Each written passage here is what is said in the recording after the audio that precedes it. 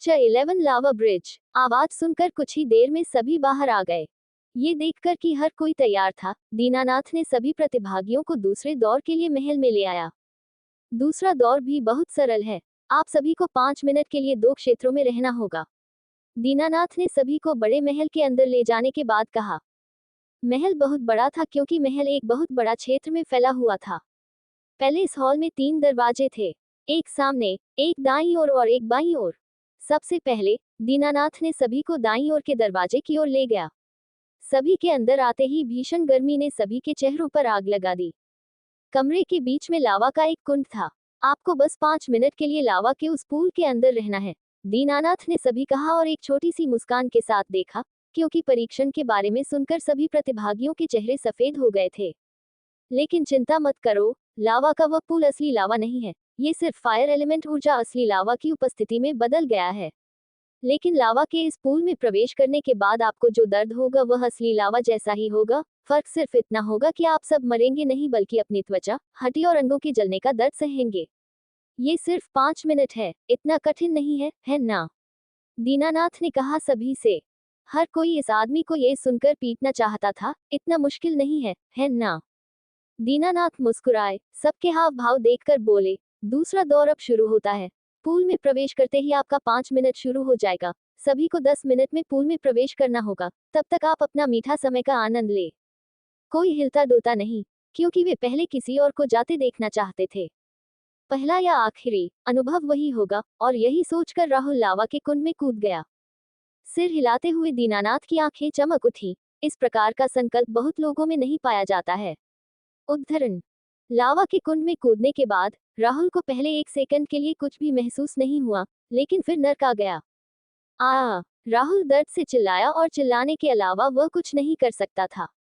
लेकिन जैसे ही राहुल को याद आया कि उसके पिछले जन्म में उसके साथ क्या हुआ था, तो राहुल ने चिल्लाना बंद कर दिया और अपने दांत पीस लिए। दर्द राहुल के शरीर के अंदर भी फैल रहा था, क्योंकि राहुल के अंग को दर्द महसूस होने लगा था, जो किसी को पागल कर सकता था। लेकिन राहुल अपने संकल्प को दृढ़ किया और अपने दिमाग को मजबूत किया, क्योंकि राहुल इस पूरी परीक्षा को सहन किया।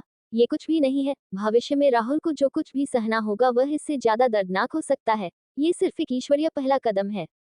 उद्धरण चिन्ह। अजीब तरह से राहुल को दर्द कम होता हुआ महसूस हो रहा था, लेकिन दर्द कम नहीं हो रहा था। लेकिन दर्द के प्रति उसकी सहनशीलता बस एक पायदान ऊपर चली गई है। राहुल भी अपने शरीर को मजबूत महसूस कर सकता था। रुको, क्या यह मौलिक ऊर्जा का उपयोग करके मेरे शरीर को परिष्कृत करने के तरीकों में से एक हो सकता है? पूल में क्या हो रहा था, ये देखकर दीनानाथ ने सिर हिलाया। ये लड़का अच्छा है। उद्धरण। जैसे ही राहुल पूल से बाहर आया 5 मिनट बीत गए थे। उसके बाद प्रतिभागियों ने पूल में कूदना शुरू कर दिया। कुछ लोग पूल में 1 मिनट तक रहने के बाद बेहोश हो गए, और कुछ लोग पूल से बाहर आने के बाद बेहोश हो गए। 7 मिनट के बाद समर्थ ने राहुल से कहा, भाई कैसा लगा? राहुल गंभीर चेहरे के साथ कहा, मैं केवल इतना कह सकता हूँ कि यह सबसे दर्दनाक चीज थी जिसे मैंने अनुभव किया था। लेकिन जब तक आप अपने दिमाग को स्थिर रखते हैं और दर्द के आगे झुकते नहीं हैं, तब तक आप सफल होंगे। मुझे लगता है कि यह पूल फायर एलिमेंट ऊर्जा से संघनित लावा इतना सरल नहीं है। बस दर्द के आगे न झुकें और अपने दिमाग को दृढ़ रखें और आप परीक्षा में सफल हो जाएंगे। बस इतना ही मैं कह सकता हूँ। राहुल की बात सुनकर अपना सिर हिलाते हुए समर्थ ने अपने दांत पीस लिए और पूल में कूद गया।